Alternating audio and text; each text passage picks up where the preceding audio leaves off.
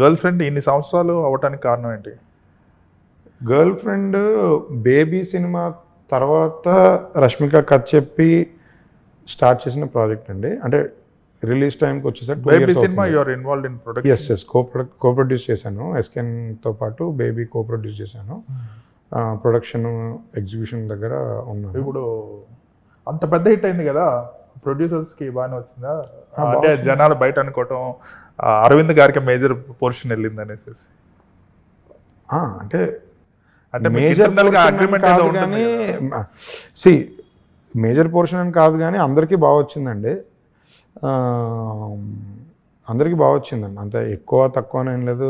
ముందు నుంచి ఉన్న కమిట్మెంట్స్ ప్రకారం ముందు నుంచి ఎవరెంత షేర్స్ ఉన్నాయో వాళ్ళందరికీ హ్యాపీగా వచ్చింది. అనుకున్న దానికంటే ఎక్కువ ఇది వచ్చింది.